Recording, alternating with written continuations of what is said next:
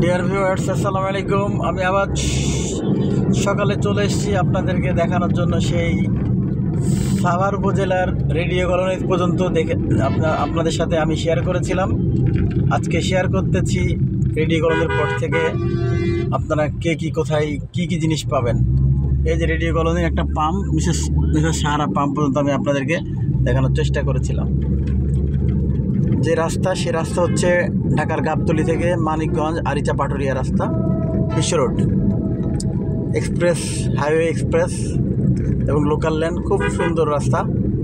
ডান পাশে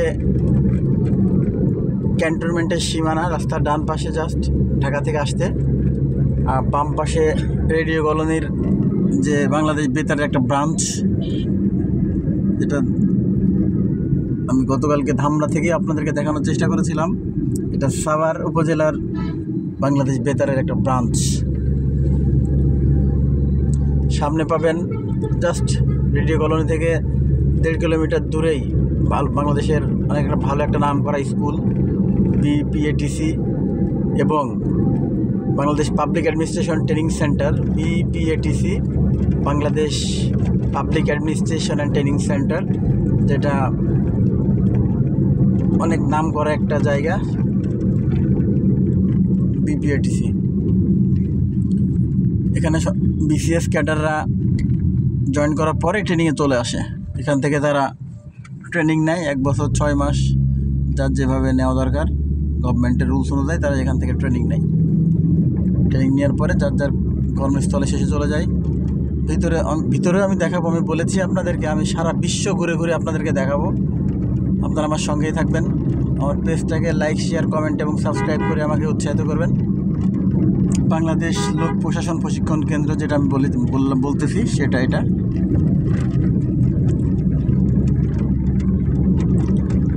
অফিসারদের ট্রেনিং করানো হয়, অনেক প্রোগ্রাম এখানে হয়।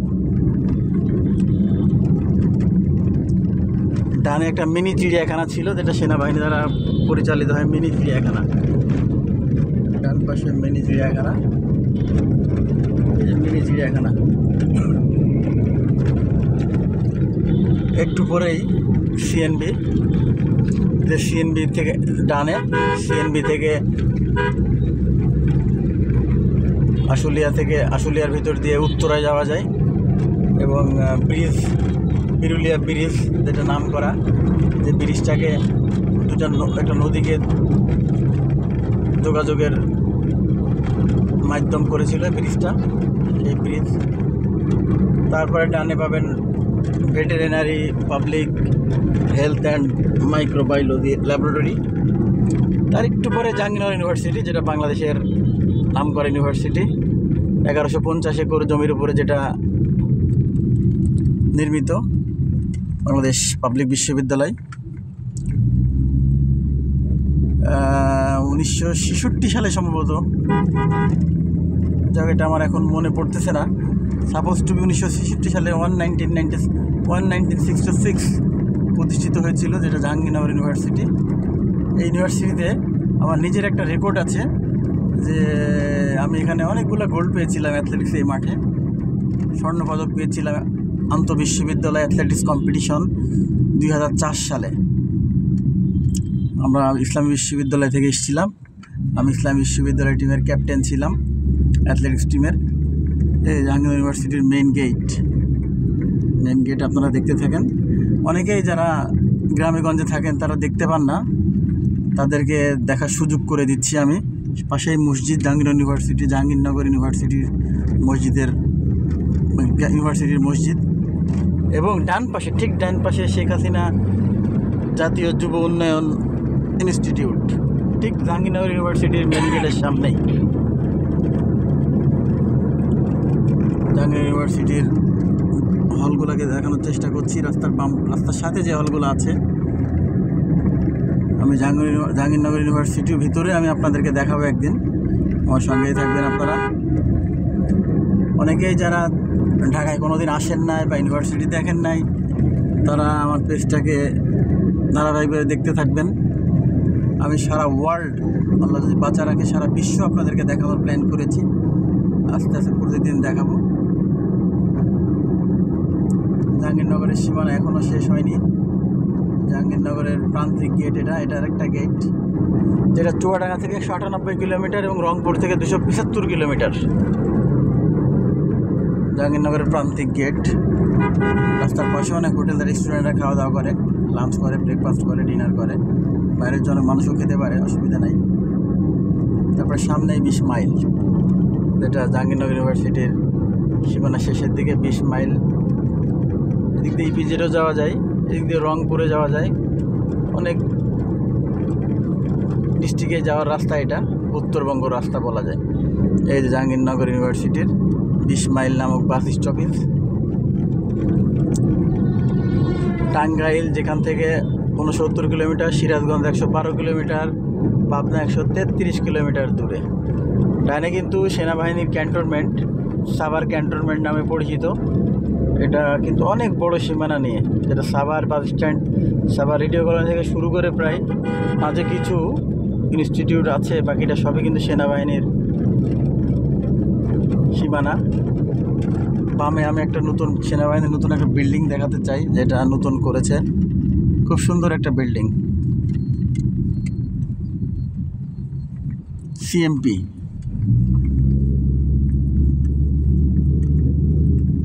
বিল্ডিংটা খুবই সুন্দর, ডেকোরিয়াম।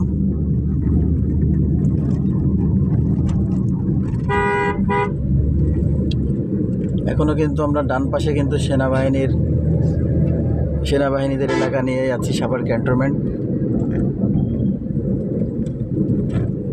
বামেও ক্যান্টনমেন্ট, ডানে বামে দুই জায়গায় ক্যান্টনমেন্ট।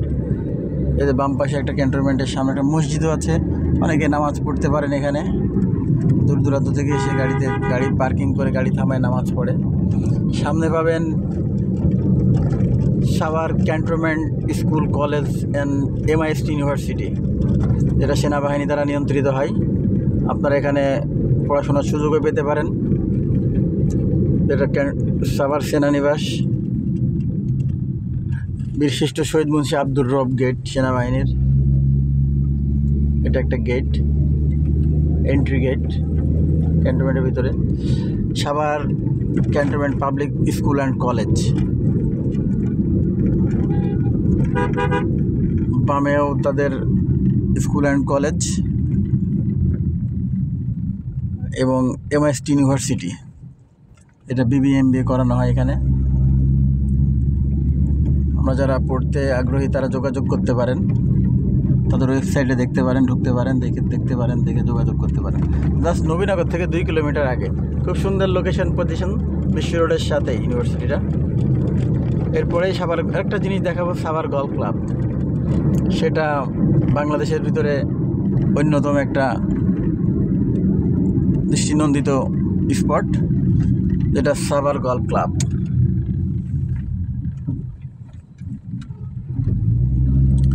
সাভার গলফ ক্লাবের গেট, সাভার গলফ ক্লাব। ডাইনে পদাতিক গেট, আরেকটা গেট সেনাবাহিনীর ক্যান্টনমেন্টে ঢোকার জন্য। ক্যান্টনমেন্টের এলাকা প্রায় শেষের দিকে। সামনে পাবেন, দেখাবো নবীনগর স্মৃতিসৌধ, এটা বাংলাদেশের অন্যতম দৃষ্টিনন্দিত একটা স্পট, যাকে ঘিরে অনেক স্মৃতি বিজড়িত। বাংলাদেশের শহীদদের স্মৃতি বিজড়িত করার জন্য এইটা স্থাপিত হয়েছিল, যেটা অবস্থিত মানিকগঞ্জ থেকে just 31 kilometre distance, and from Paturia 57, from Chandra 18 kilometre. Nabinagar, এটা মেন নবীনগর। ডান পাশে চলে গেল চন্দ্রা হয়ে উত্তরবঙ্গ, সোজা চলে গেল মানিকগঞ্জ, পাটুরিয়া, আরিচা। এই যে নবীনগরের মেইন গেট, খুব সুন্দর। আপনারা যারা দেখেন নাই কোনোদিন, আমার ভিডিওটা দেখতেই থাকবেন। এই আরেকটা গেট, যেটা নবীনগর স্মৃতিসৌধের মেইন গেট। নয়ারহাট থেকে 3 কিলোমিটার জাস্ট সামনে নয়ারহাট। আমি স্মৃতিসৌধের সীমানা এখনই পার করছি। ডান পাশে নতুন একটা জিনিস, যেটা সাভার DOHS, যেটা সেনাবাহিনী দ্বারা নিয়ন্ত্রিত হয়। DOHS আবাসিক প্রজেক্ট।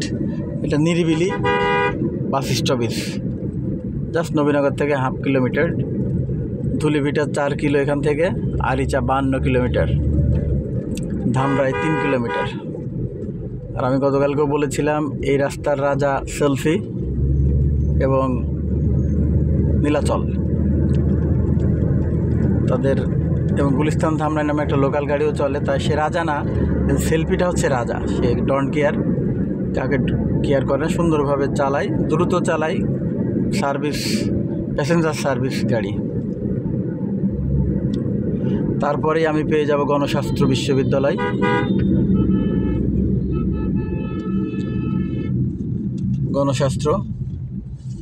গণস্বাস্থ্য বিশ্ববিদ্যালয়ের মেন গেটটা আমি দেখানোর চেষ্টা করি। গণস্বাস্থ্য বিশ্ববিদ্যালয়, যেটা ফাউন্ডার ছিল ডক্টর জাফরুল্লাহ স্যার, কিছুদিন আগে মারা গেছে। বাম পাশে বার্জারের প্রোডাকশন ইউনিট, বার্জার কালারের প্রোডাকশন ইউনিট দেখানোর চেষ্টা করেছি। এটা জাস্ট গণস্বাস্থ্য বিশ্ববিদ্যালয়ের অপোজিটে। এদের ডানে গণস্বাস্থ্য বিশ্ববিদ্যালয় এবং মেডিকেল কলেজ, বামে বার্জার।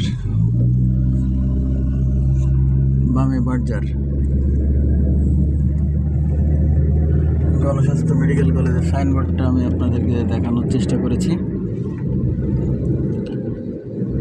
এখানে শুধু মেডিকেল কলেজই না, অনেকগুলো ডিপার্টমেন্ট, জেনারেল ডিপার্টমেন্টও আছে কিন্তু। বাংলা, অনার্স, মাস্টার্স, ইংরেজি,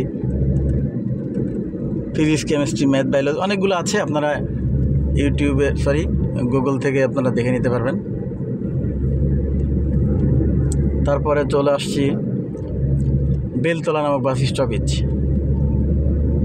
এটা কিন্তু পুরোটাই কিন্তু এক্সপ্রেস হাইওয়ে এক্সপ্রেস, যেটা ধামরাই থেকে 2 কিলোমিটার পিছনে, পাটুরিয়া থেকে 53 কিলোমিটার্স, জাস্ট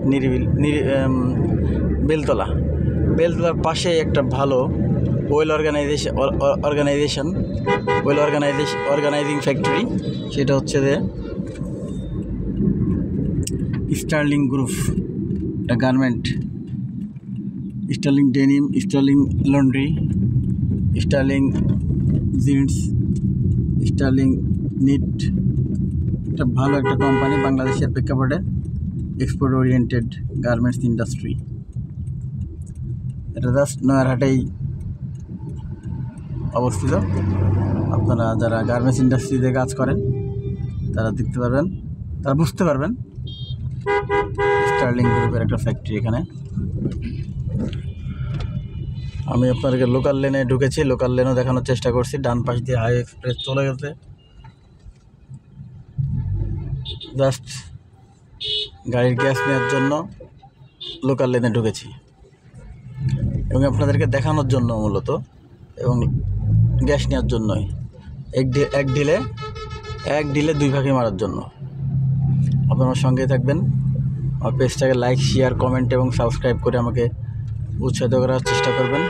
আমি আবারও বলছি, আমি আস্তে আস্তে আপনাদেরকে সারা বিশ্ব দেখানোর প্ল্যান করেছি, আল্লাহ যদি চাইতে হবে ইনশাল্লাহ।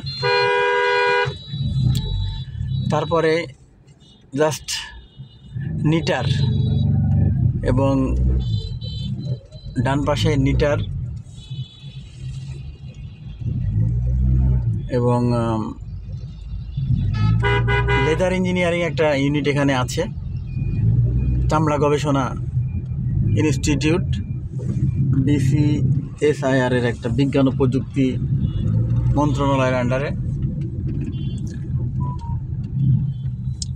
বাম পাশে মেসার্স খনিক ফিলিং স্টেশন, তেল গ্যাস তার লাগবে এখান থেকে নিতে পারবেন। এরপরেই সাভার উপজেলা শেষ হয়ে যাবে, ধামরাই শুরু হয়ে যাবে। এখনও কিন্তু আমরা সাভার উপজেলাতেই আছি, যেটা ঢাকা 19 আসন নামে পরিচিত। ঢাকা 19 আসন।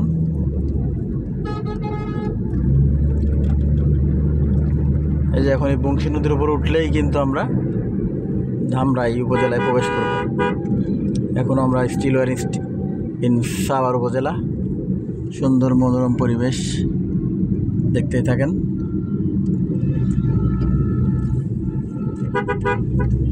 এখনই আমরা বংশী নদীর উপর উঠে যাব এবং সাভার উপজেলাকে গুড বাই জানাবো।